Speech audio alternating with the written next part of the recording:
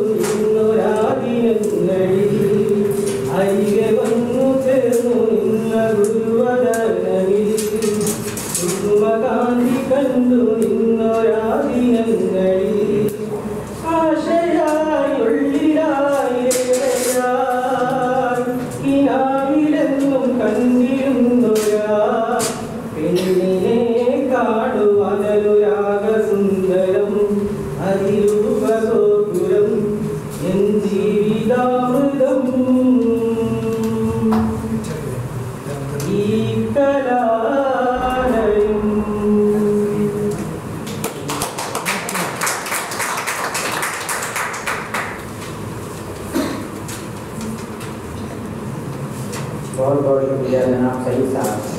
जाहिर सी बात है आप केरल की ज़बान में गीत गा रहे थे तो हम तो आपकी ज़बान नहीं समझ सकते थे, लेकिन आपके अशार के जो नशेबो फराज हैं इससे बहुत हद तक हम ये कोशिश कर रहे थे कि आपके जज्बात और एहसास को पहचानें। बहरहाल आपने बहुत ही अच्छे और अछूते अंदाज में अभी गीत सुनाया। अब मैं एक बहुत ही बुलंद और अजीम शख्सियत के मालिक न सिर्फ तलबा उनको सराहते हैं बल्कि हमारे असातिज़ा किराम भी जब भी मौका मिलता है उनकी शायरी की तारीफ करते हैं। और दीवानों का सिलसिला तो खत्म हो गया है। दीवान मैं जहाँ तक मेरी नॉलेज में है, अभी तो मैं बता नहीं सकता कि फिलहाल किसी की दीवान आई हो, लेकिन ये ज़रूर सुनने में आता है कि अरशद मरकज़ी साहिब दीवान शायद जी पब्लिश भी हो गई है। अंडर पब्लिशर ठीक है। तो बहरहाल मैं एक बहुत ही मुस्तक़बिल के बेहतरीन शायर को आप हज़रात के रूबरू पेश करना चाहता हूँ, जिनसे मेरी मुराद जनाब अरशद मरकज़ी साहब हैं। उनके लिए ये शेर अर्ज़ है, वाबस्ता तेरे दर से तो मशहूर हैं सभी, वाबस्ता तेरे दर से तो मशहूर हैं सभी, हमको तेरे दयार में शोहरत नहीं मिली। ये खुद अरशद मरकजी साहब का शेर है, उन्होंने ये फरमाइश की थी कि आप जो है इस मौके से ये शेर सुनाएंगे। बहरहाल उनके ख्वाहिशात का एहतराम करते हुए हमने ये शेर आप और आपके रूबरू पेश किया।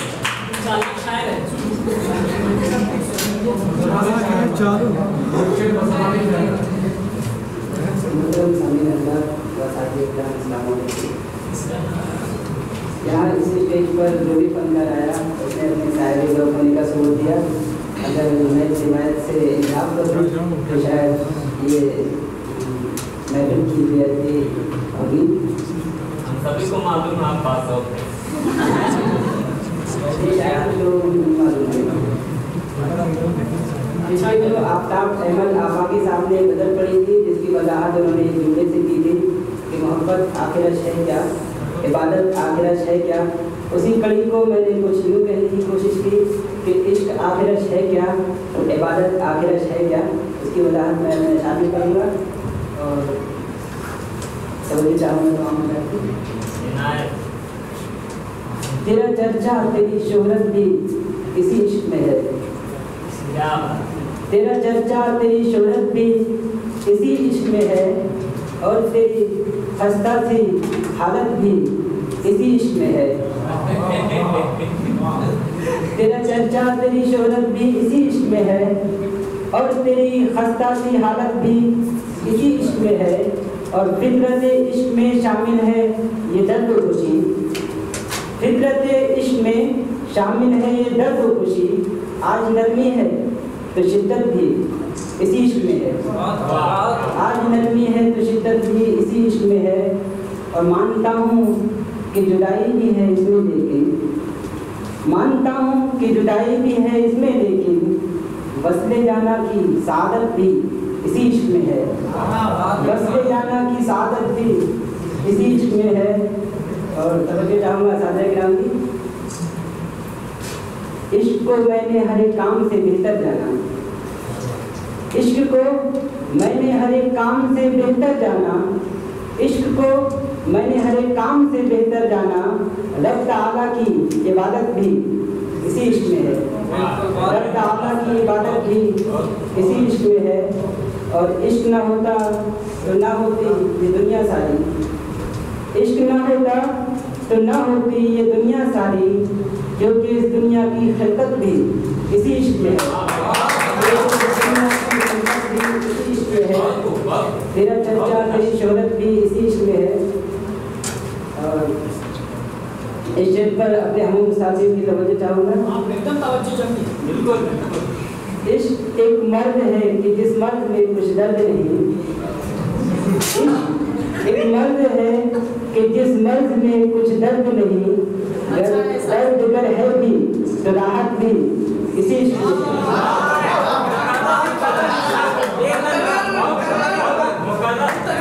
इश्क एक मर्द है कि जिस मर्द में कुछ दर्द नहीं, इश्क एक मर्द है कि जिस मर्द में कुछ दर्द नहीं, दर्द अगर है भी तो राहत भी इसी इश्क में है। और फिर से मरते का शेर है, फिर से महबूब के ताज़ा सितम ने अरशद, फिर से महबूब के एक ताज़ा सितम ने अरशद, मुझको बतलाया कि जरहत भी इसी इश्क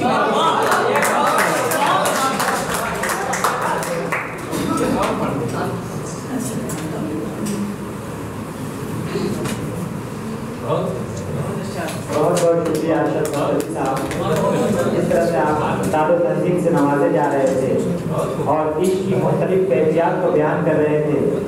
यकीनन बहुत ही उम्दा और तहसीन तरीके से आप अपने अशार को पेश कर रहे थे, और शायद आपके ये अशार आज की महफिल की कामयाबी की सबसे बड़ी ज़मानत है मैं समझता हूँ। और तमाम असातिज़ा को, तमाम सामीन को आपने महसूस किया, इसके लिए मैं अपनी तरफ से दिल की गहराइयों से शुक्रिया पेश करता हूँ। अब इंसान जो है, इंसान की आदत होती है कि वो मुख्तलिफ तरीक़ों को कैच करता है। अब एक ही तर्ज की शायरी हो या अफसाने हो, इंसान का ज़हन थक जाता है। तो मैं समझता हूँ कि इस थकन को दूर करने के लिए मैं एक ऐसी शख्सियत को दावत देने जा रहा हूँ जो पहली बार इस स्टेज से अपना जलवा दिखाएंगे। मैं बड़े ही एहतराम के साथ अपने साथी अबरारुल रहमान साहब को दावत सुमन दूँ कि वो एक अच्छे अंदाज से अपने लतीफ़े को पेश करें। उनके लिए ये शेर है, स्टेज खिताबत का इंतखाब हुकुम, स्टेज खिताबत का इंतखाब हुकुम, चमन में फूल बहुत हैं मगर गुलाब हो। तशरीफ लाएं।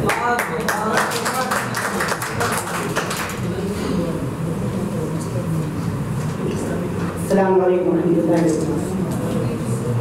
वबरकातुहू।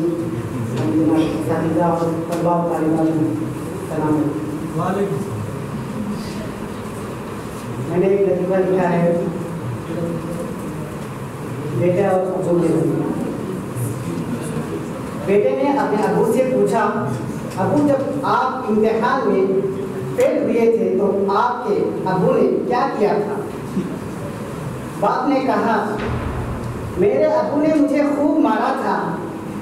बेटा कहते और जब वो फेल हुए थे बाप ने जवाब दिया, शायद उनके अबू ने उन्हें खूब मारा था। बेटा और जब वो इम्तिहान में फेल हुए थे तो बाप चौंक कर, आखिर बात क्या है, तुम चाहते क्या हो? बेटा अबू, मैं चाहता हूँ कि आप इस खानदानी दुश्मनी के सिलसिले को अब खत्म कर दें।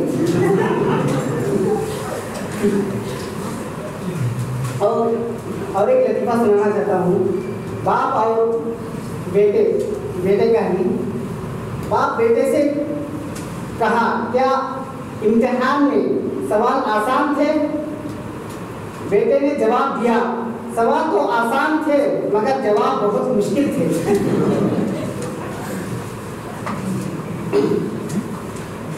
एक मालदार और भिखारी के बारे में एक लतीफ़ा पेश करना चाहता हूँ।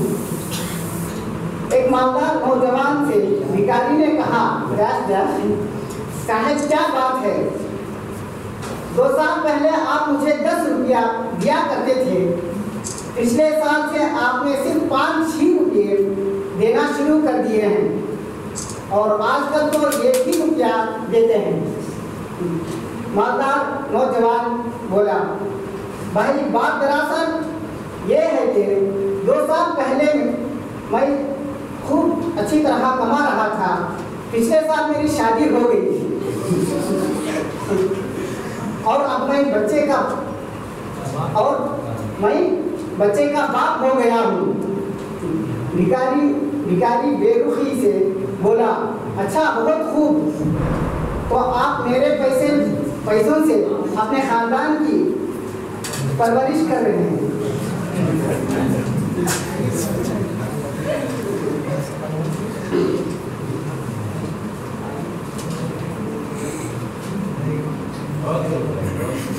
और शरारत का अंजाम एक मौजू बनाकर पेश करना चाहता हूँ। बिलाल बहुत शरारती बच्चा था। वो लोगों को बहुत तंग करता था। मोहल्ले वाले रोज उसकी शिकायत लेकर आते। वालिद उसे बहुत समझाते कि बेटा किसी को भी तंग करना बुरी बात है, मगर ये बात बोला बिलाल को समझ में नहीं आती थी। स्कूल में भी इसकी शिकायत आती थी। वो स्कूल में बच्चों को भी बहुत तंग करता था। मोहल्ले वालों के घर की बेल बजाकर भाग जाता। दुकानदारों को भी बहुत तंग करता और उनके अंडे चोरी करता और किसी के चूजे चोरी करता। स्कूल में भी बच्चों की किताबें कापियाँ चोरी करता। वालिद इसे बहुत समझाते कि बेटा तंग करने से कुछ भी हासिल नहीं होता, पढ़ाई में दिल लगाया करो। मगर बिलाल पर ऐसी बातों का असर नहीं होता। वालिद बहुत परेशान थे कि इसे कैसे समझाया जाए। सब इससे बहुत तंग थे। इसके अलावा वो बच्चों की खाने की चीज़ें भी चोरी कर लेता और पढ़ाई पर ध्यान नहीं देता था। इसलिए स्कूल से इसकी रोज़ शिकायत आती। बिलाल 7वीं क्लास का तालिबे इल्म था। इस पढ़ाई से कोई दिलचस्पी नहीं थी। इसे शरारतों में बहुत मज़ा आता था। वो माली बाबा को भी बहुत तंग करता। इसे माली बाबा बहुत मना करता थे, आम ना तोड़। कई दफ़ा ऐसा हुआ कि माली बाबा ने इसे बाग में आते देखा तो इन्होंने इसे पकड़ने की बहुत कोशिश की, मगर वो हाथ ना आया। वह आम लेकर चला जाता और घर जाकर मज़े से आम खाता। इसके अलावा वो जानवरों को भी तकलीफ देता। वो परिंदों को गोली मारता, घोंसले से चूजे या अंडे चुराता। यूं वो पूरा साल ऐसे ही लड़ाई करता। वो बहुत मुश्किल से पास होता था। वालिद इसे कहते कि बेटा अभी भी वक्त है, शरारतों से बाज आ जाओ और पढ़ाई पर ध्यान दो। वो ये बात एक कान से सुनता और दूसरे से निकाल देता और कहता मेरा जो दिल चाहेगा मैं वही करूँगा। वालिद ने इसे कहना छोड़ दिया। एक दिन बारिश हो रही थी। वो बारिश का मज़ा ले रहा था। इसने किसी मोहल्लेदार की बेल बजाई। बारिश की वजह से उसे शिद्दत करंट लगा और वो बेहोश होकर गिर गया। वालिद उसे फौरन अस्पताल ले गए। काफ़ी देर उसे होश नहीं आया। माँ इसकी हालत देखकर रो रो कर बेहोश हो गई। बड़ी मुश्किल से इन्हीं होश में लाया गया। डॉक्टर ने कहा आप लोग परेशान ना हो, आपका बेटा ठीक हो जाएगा। आखिरकार बिलाल को होश आ गया। जब इसने खुद को अस्पताल पाया तो वह वालिद के सामने बहुत शर्मिंदा हुआ।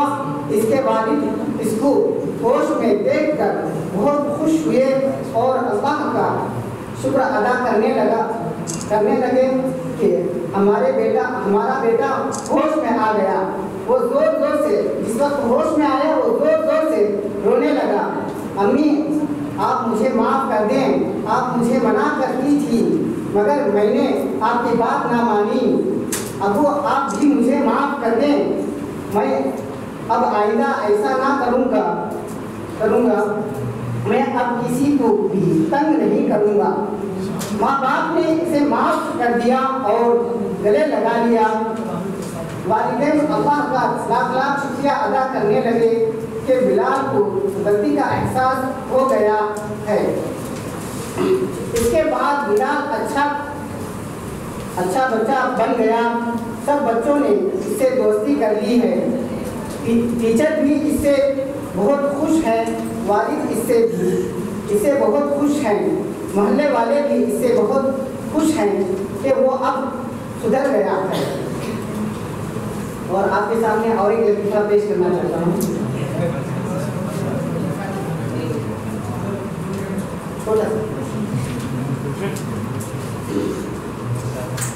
एक उस्ताद ने तालिबे इल्म से कहा कि वालिद का नाम रोशन करें।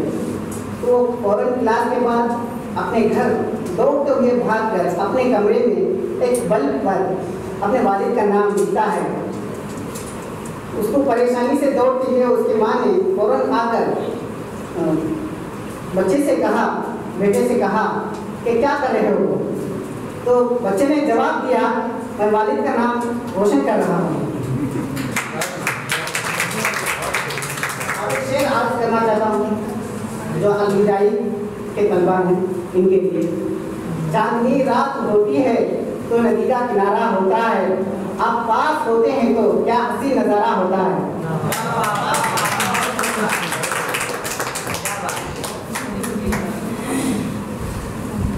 बहुत खूब मौजूद आप अभी बहुत ही अच्छे अंदाज से, बल्कि मैं आपकी हौसला अफजाई कर रहा हूँ कि आप आए और सामईन को महसूस किए। मैं समझता हूँ कि आप रात ये प्रोग्राम का आखिरी मरहला चल रहा है और ज़्यादा घबराने की ज़रूरत नहीं है। अब बहुत जल्दी जो है बिरयानी मिलने वाली है, तो थोड़ी देर और बर्दाश्त करें। और मेरा ख्याल है कि एक ऐसी शख्सियत आ रही है जिसके आने से कबल ये कि मैं उसका तारुफ कराऊँ, मैं इस शेर के साथ उसका तारुफ कराना चाहता हूँ। है जुस्तजू के खूब से है खूब तर कहाँ, है जुस्तजू के खूब से है खूब तर कहाँ, अब देखिए ठहरती है जाकर नजर कहाँ। जाहिर सी बात है, इस प्रोग्राम का जो दिल है, इस प्रोग्राम की जो पहचान है, इस प्रोग्राम